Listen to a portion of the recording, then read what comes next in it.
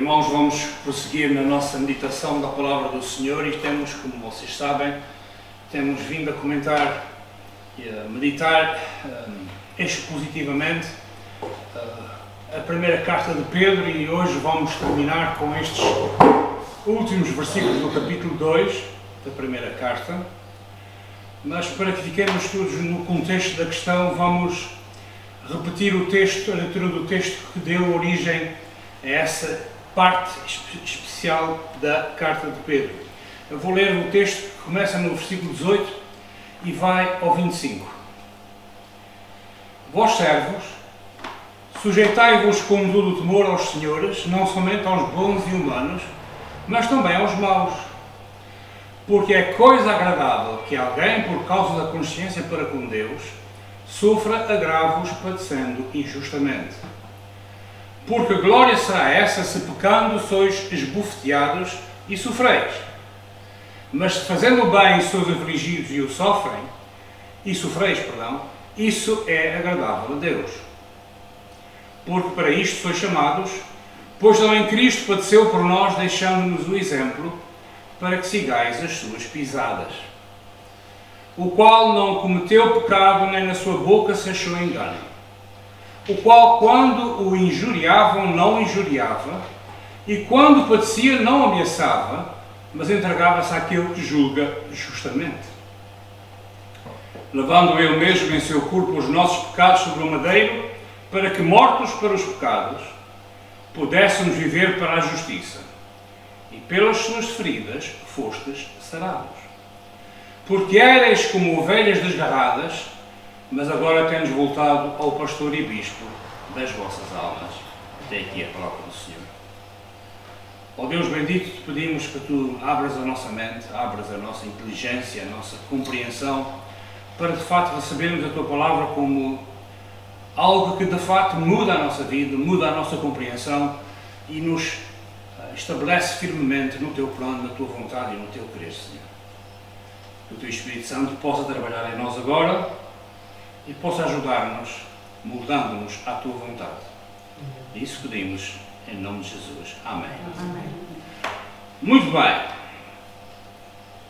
Esta é a terceira mensagem sobre estes versículos, esta porção do texto.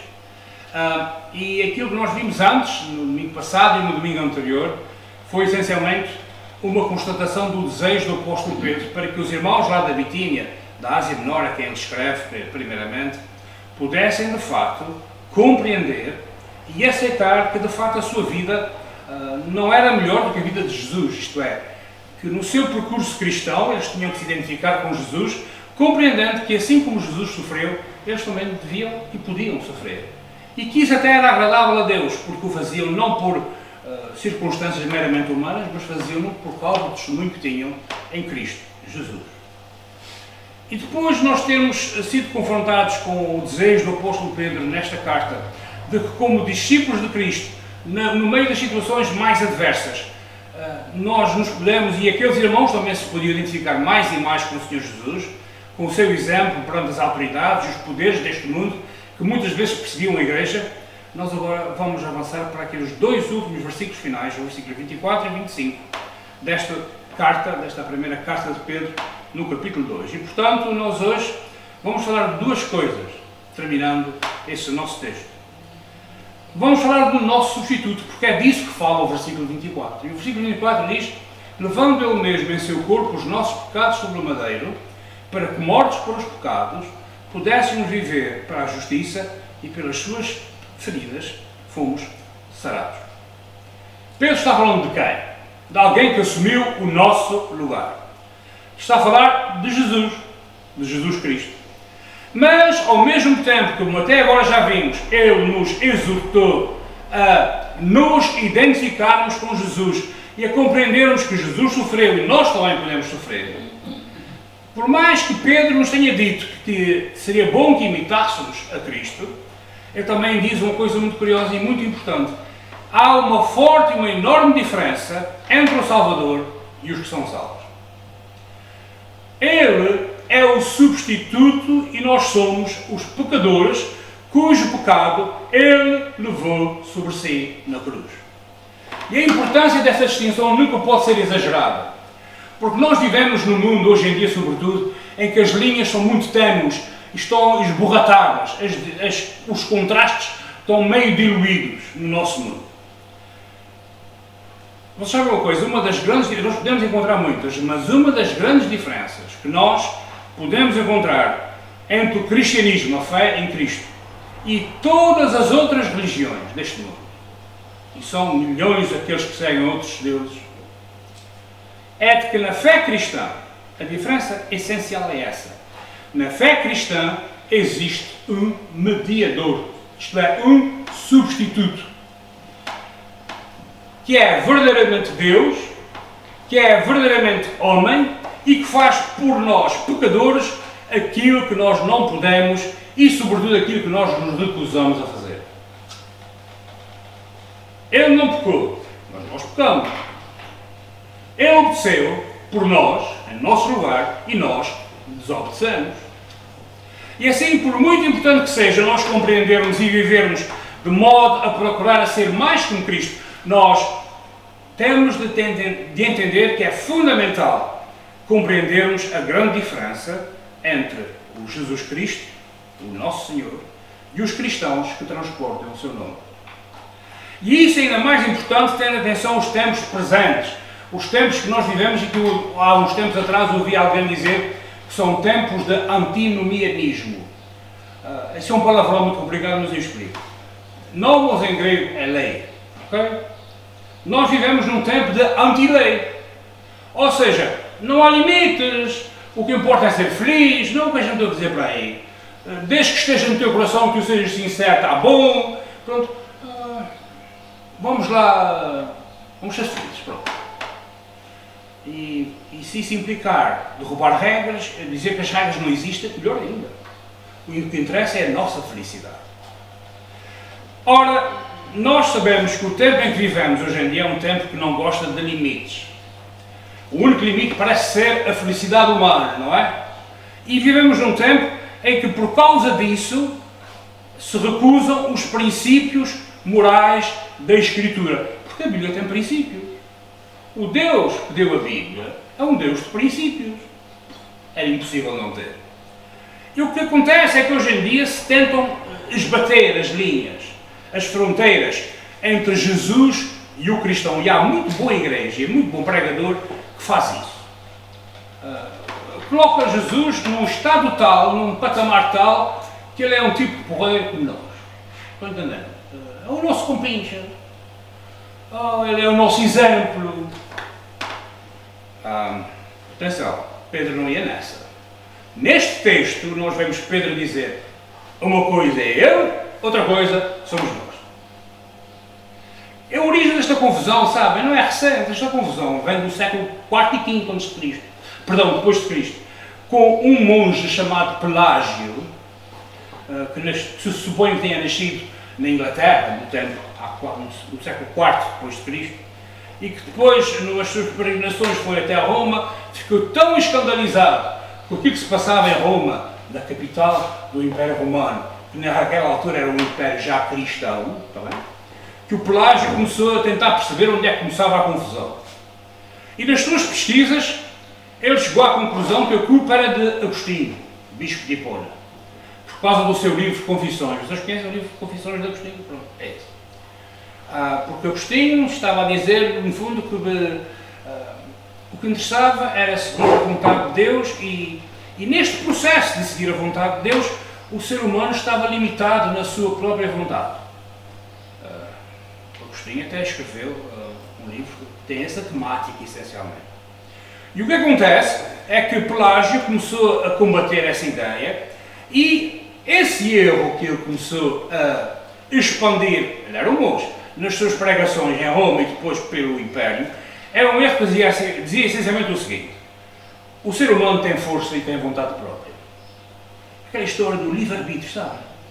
E portanto, se o ser humano quiser ser bom, basta querer. Deus não é chamado para o pedaço. Não é preciso a ajuda do Espírito Santo, porque o ser humano, em si próprio, tem a capacidade de ser bom. E esta coisa foi um problema, esta ideia foi um problema que durante 300, 400 anos atacou a Igreja por todos os lados. Foi de tal maneira que houve concílios da Igreja que se reuniram para falar sobre isso e para decidir sobre essa ideia. E em 431 d.C., na cidade de Éfeso, Paulo escreveu uma carta aos Efésios, não foi? Houve um sínodo, um concílio, que condenou como heréticas essas ideias. A pessoa que mais combateu o ensino de Pelágio foi Agostinho, que diz claramente, não, pela sua própria vida, pelo seu próprio exemplo, a minha vontade não dá, porque a minha vontade é uma vontade caída, pecador, e portanto, se não for Deus a pôr a mão, como é que eu vou ser bom? Como é que eu vou atingir a coisa? Agostinho disse isso no século IV, Lutero e Calvino disseram isso no século XVI. E portanto, essa ideia perigosa de que nós, no fundo, nós somos capazes de ser bons, é uma ideia que já vem daquela altura. E portanto, de acordo com essa ideia, Jesus é o nosso companheiro. Pronto, é alguém bom, alguém que faz a vontade do Pai, como nós somos capazes de fazer a vontade do Pai, mas nós não precisamos mais nada do que isso. E começam-se a esbater a diferença entre Jesus, o Salvador, e nós, os salvos, e começa a esbater a evidência e as diferenças entre aquele que teve que tomar o nosso lugar, porque nós não éramos capazes. Está bom? É isso que a Bíblia diz. É isso que Pedro diz aqui. Eu vou sobre o seu corpo no madeiro os nossos pecados para que nós pudéssemos viver para a justiça. Porque se não tivesse feito isso, nós não podíamos de maneira nenhuma viver justamente. E portanto, Pedro viveu muitos anos antes de Pelágio, desse tal monge, mas concretamente Pedro não era da mesma equipa de Pelágio. E Pelágio, uma boa pessoa que tinha sido, criou um problema para o cristianismo. Pelo contrário, o que Pedro está a dizer aqui é que Jesus não é um crente modelo. Jesus não é um de nós. Jesus é totalmente diferente. Ele é Deus. E como Deus, Ele fez aquilo que nós nunca poderíamos fazer. Simultaneamente homem, simultaneamente Deus, assumiu as nossas culpas e remiu o nosso pecado. Jesus, é como ele diz aqui, carregou os nossos pecados sobre o madeiro, não está ali escrito. E assim, vocês lembram-se, a semana passada nós até lemos um versículo, que acho que foi em 1 João 3,4. Foi isso, não é? Que é um versículo-chave para compreendermos o que é o pecado. O que é que o apóstolo João diz? Qualquer que pratique o pecado também transgride a lei, porque o pecado é a transgressão da lei. Pelágio já vai, isto não tem nada a ver, isto tem a ver com nós somos capazes de não quebrarmos a lei por nós mesmos. Temos força para tal. Não, não é assim.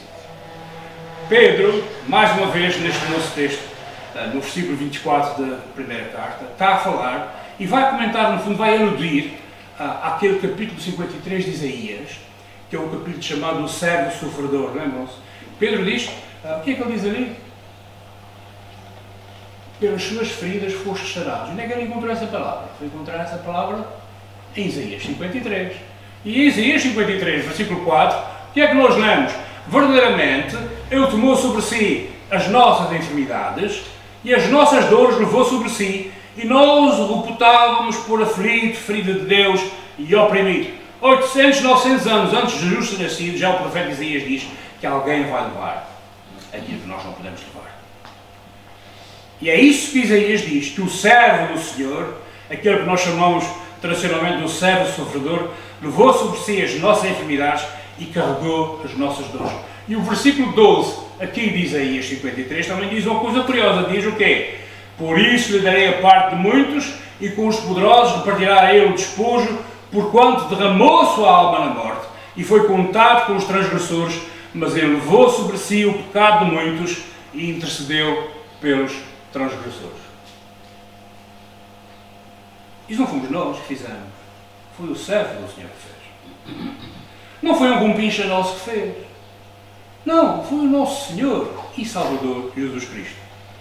E Isaías está a dizer que ele levou, esse servo, levou sobre si o pecado. Pecado, e é isso que importa nós entendermos. Vocês sabem, eu sou um bocado fã do Antigo Testamento, não é? E eu sei que há muitos estudiosos do Antigo Testamento que até abordam essa questão e se põem a magicar. Mas afinal, quem será esse servo sofredor? Quem será esse homem que a Bíblia fala como servo sofredor? Cujo nome não aparece. Olha, eu acredito, eu compreendo que em termos académicos até os estudiosos possam questionar a mim. A gente está a saber o nome dele. Mas um cristão não precisa disso. Porque o cristão olha para a Bíblia, um cristão que seja minimamente inteligente, olha para a Bíblia e a Bíblia diz quem é o nome desse servo sofredor. Para nós que cremos, a palavra de Deus relata fielmente a identidade do servo sofredor de Deus. Ele é Jesus de Nazaré. Eu não tenho que perder a cabeça aí nas esquinas para tentar descobrir quem é. A Bíblia diz, Pedro está usando as palavras de Isaías e está a dizer, cumpriu-se naquele que levou sobre si e sobre o madeiro. O exemplo, o seu sofrimento, o sofrimento de Jesus de Nazaré, é um exemplo para nós, mas é muito mais do que isso. Ele é um sofrimento substitutivo, em nosso lugar. Jesus veio sofrer no lugar daqueles que veio salvar. Entendamos-nos? Ele pagou a dívida toda do seu povo, daqueles que lhe pertencem, daqueles que lhe foram dados pelo Pai, como nós vimos aqui na quarta-feira no estudo bíblico. Uma dívida que eles nunca seriam capazes de pagar. E além disso, isso acontece porque, pela graça somente, pela fé somente, por meio do Espírito Santo, nós estamos unidos a Ele, na sua morte. E nós fomos separados por essa morte e por essa ressurreição, nós fomos separados do nosso estado de pecado. E Pedro coloca aqui a expressão do resultado. Se vocês repararem no versículo 24 da primeira carta, eu até sublinhei outras cores para que percebam isso. O versículo 24 diz, nomeadamente, para que mortos, para quê? Para a nossa condição humana e pecadora, pudéssemos viver. Mortos e vida. Morte e vida. Estão a entender? Aconteceu isso para que houvesse vida. Pedro está a fazer aqui algo que Pelágio, Talmons, nem os seus discípulos puderam fazer. Ele está a fazer uma ligação correta entre a morte subjetiva de Jesus e a nossa nova vida em Cristo. Mortos para que pudéssemos viver. Está ali. E quem é que fez isso? Quem é que tomou o nosso lugar para que pudéssemos morrer para que pudéssemos viver para Jesus de Nazaré? O nosso Salvador, meus irmãos, morreu para dois propósitos. Para que fôssemos justificados, nós já sabemos isso, não é? Mas também para que pudéssemos ser progressivamente santificados. E estas duas realidades nós chamamos de salvação, de facto. É o momento da salvação. O momento em que começa e o momento em que continua. E o apóstolo Paulo, na sua carta aos Efésios, no capítulo 2, diz aqueles famosos versículos que nós conhecemos. O que é que ele diz? Porque pela graça sois salvos, por meio da fé. E isto não é de vós, é dom de Deus. O que é que Paulo está a dizer? Quem é que se salvou? Quem é que se salvou? Alguém se salvou? Não. Ele diz, pela graça, por meio da fé, sois salvos. Reparem bem. Alguém fez a salvação em vocês. Não foram vocês. Alguém fez. E mais. Não é das obras, que é o versículo seguinte, diz claramente, para que ninguém se glorie, para que ninguém se venha para aí inchar, não é? Porque somos feitura sua, criados em Cristo Jesus para as boas obras, as quais Deus preparou para que andássemos nelas. E nestes três versículos nós temos salvação e santificação. Deus, Jesus, o Filho, não encarnou, não morreu e não ressuscitou para que nós permanecêssemos no pecado. E Pedro sabe, como está escrevendo aqui aos irmãos da Bitínia, que está a escrever a pecadores, mas também sabe que a morte substitutiva de Cristo quebra as amarras do pecado. E porque nós estamos unidos a Jesus na sua morte, também estamos unidos a Cristo na sua vida após a ressurreição. Porque não é só, Jesus morreu por nós, está salvo. Pronto. E a vida que aqueles irmãos lá da Ásia viviam e nós vivemos aqui, não tem nada a ver com Cristo, não. Neste sentido, ele é o nosso maior exemplo. Porque quando nós estamos unidos a Cristo na sua morte, quando nós somos desafiados, humilhados ou assediados, nós temos o poder de responder da forma adequada, da forma graciosa, da forma mansa. E esta é a resposta de que Deus se agrada. A mesma resposta que o seu filho deu aos que com ele contendiam, é a mesma resposta que nós devemos dar, e Deus nisso se agrada. E neste versículo 24, meus irmãos, eu espero que vocês vejam aquilo que eu também vejo. Vemos tanto a justiça objetiva e substitutiva de Cristo por nós, quanto as suas consequências. É uma justiça genuína que é operada pelo Espírito em nós. E neste último sentido, não estamos a falar de justiça diante de Deus. Isto não é justificação. Lutero chamou isso de segunda justificação, o momento seguinte à salvação. Há um momento de salvação e depois o que acontece? Há um momento de santificação que procede até a gente ser chamados para lá para cima. Pronto, é isso. Lutero chamou isso de segunda justificação. Calvino chamou até de segundo benefício. E até aquele camarada que escreveu, aquele irmão que escreveu o Catecismo de Heidelberg, o Caspar Olevianos, disse que isto é o segundo benefício que nós temos em Cristo, isto é, a santificação. No que diz respeito aos outros homens, é uma afirmação, uma evidência de que nós estamos unidos a Cristo. Ou seja, somos salvos, sim Senhor, mostra. Tu podes ser salvo, sim, e vais continuar igual. Não, mostra. Esta justiça, esta segunda justiça, este momento seguinte à salvação, é fruto da obra salvadora de Cristo por nós e em nós. O nosso Senhor, esse Jesus de Nazaré, foi de facto o nosso substituto. Mas, porquê que foi isso? Porque, como diz o versículo 25, erais como ovelhas desgarradas, mas agora temos voltado ao pastor e bispo das vossas almas. Ele fez isso porque nós éramos como ovelhas desgarradas, e quem tem experiência de ovelhas, não é experiência de vacas, é de ovelhas, como eu nunca tive, mas vivi numa terra que tem, o Alentejo. Ovelha é um bicho muito bonito, mas é dos bichos mais estúpidos que existem. Estúpidos no sentido que tem que ser cuidado permanentemente.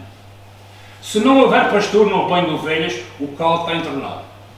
As ovelhas não se defendem, vão para onde calhar, dispersam-se. Olha, a Bíblia fala disso até, não é?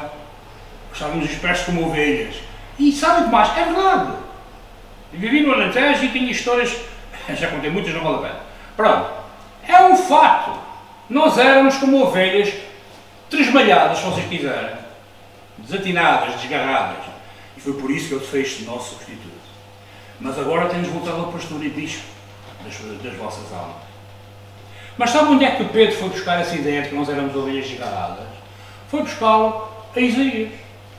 Lá no capítulo 53 de Isaías, no versículo 6, todos nós andávamos desgarrados como ovelhas, cada um se desviava pelo seu caminho, mas o Senhor fez cair sobre ele quer, tal servo, a iniquidade de nós todos.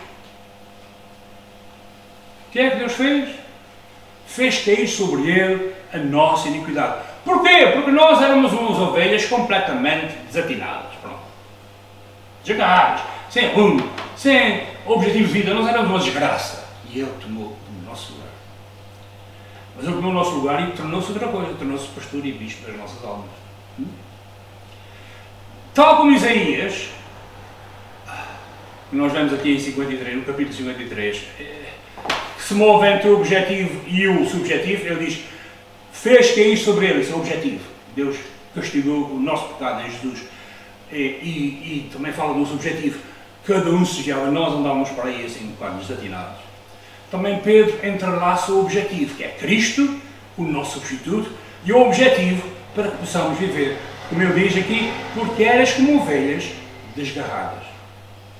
Não é verdade, honestamente, meus irmãos, nós estávamos mesmo assim. A imagem que está subjacente aqui ao discurso de Pedro, ou à carta de Pedro, é de dois pastores de ovelhas, no fundo. Um pastor bom e um pastor mau. Por causa da queda, a nossa inclinação como ovelhas é chegar-nos ao falso pastor, ao pastor mau. É o mais agradável, dá-nos petiscos, e a gente gosta como ovelhas. Por isso é que é tão fácil ver tanta gente entregue ao erro. Porque o erro conforta a alma, anima, não questiona o erro. trata-nos bem, digamos assim, como adultos, e nós somos umas ovelhas completamente desmalhadas. Por causa da queda, a nossa inclinação primária é isso, é seguir o que não é bom. É seguir alguém que não nos ama, que não deu a vida por nós e no fundo só quer roubar a nossa vida para aquilo que lhe agrada. E esta é a cegueira causada pelo pecado. O pecado faz isso. Nós estamos perante o pecado, nós sabemos que no fundo não é bom, mas a gente gosta de pecar. Alguém sem Cristo gosta de pecar. Porque faz parte da sua condição, do seu condicionamento. E por causa disso mesmo, nós não conseguimos nem dizer que sinceramente nos ama. Mesmo que isto seja patente a todo o mundo à nossa volta e toda a gente veja que o caminho que nós seguimos não é um caminho aceitável, o mundo não nos ajuda a sair do caminho. Aliás, ajuda a continuar, porque as coisas são boas. E portanto, nós precisamos de alguém que intervenha, que faça uma intervenção na nossa vida. E a Bíblia diz que houve essa intervenção, e essa intervenção foi feita pelo bom pastor, que deu a sua vida pelas ovelhas. Que pelo poder da sua ressurreição, no alcance do Espírito, Ele nos concedeu nova vida, a sua vida para nós. Ou então nós vamos permanecer sempre em trevas, seguindo o pastor errado. Conseguiram perceber qual é que pastor é que estou falando? É o pecado, o inimigo das nossas almas.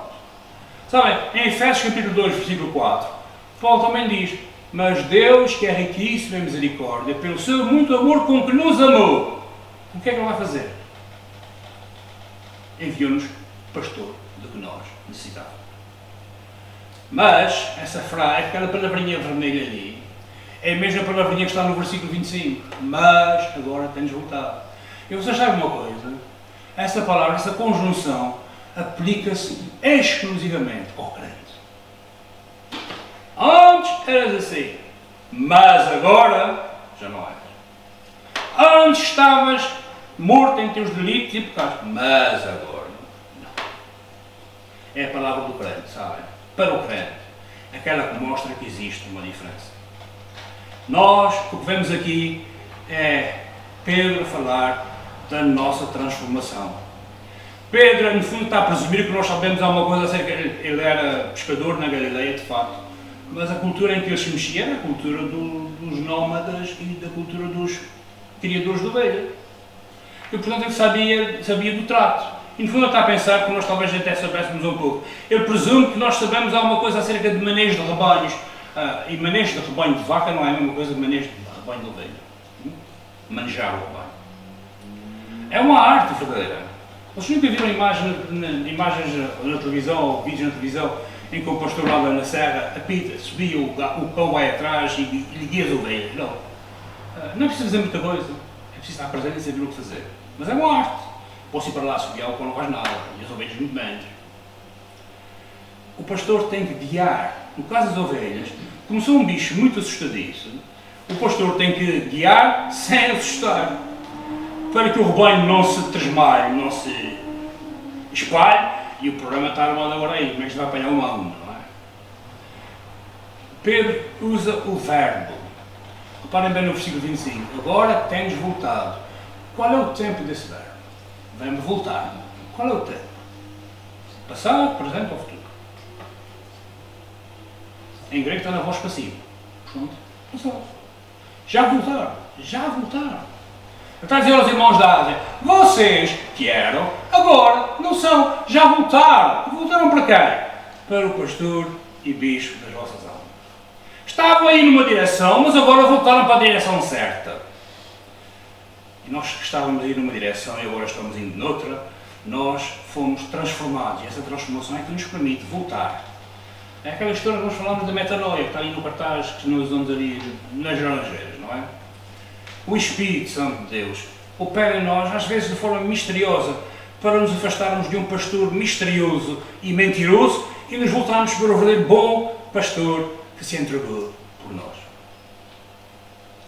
E Pedro até fala que ele é pastor e bispo, ou seja, supervisor, não é?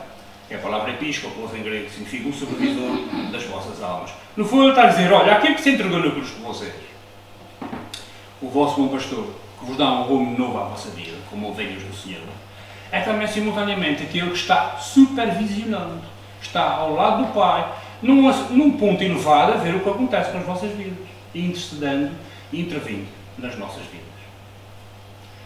A nossa existência nesta vida e na próxima está debaixo da visão do nosso Salvador. A Bíblia diz que Ele está sentado à mão direita de Deus Pai intercedendo por nós. Implica isso que Ele está interessado em nós, não é? Mesmo que nós muitas vezes não estejamos muito interessados nele.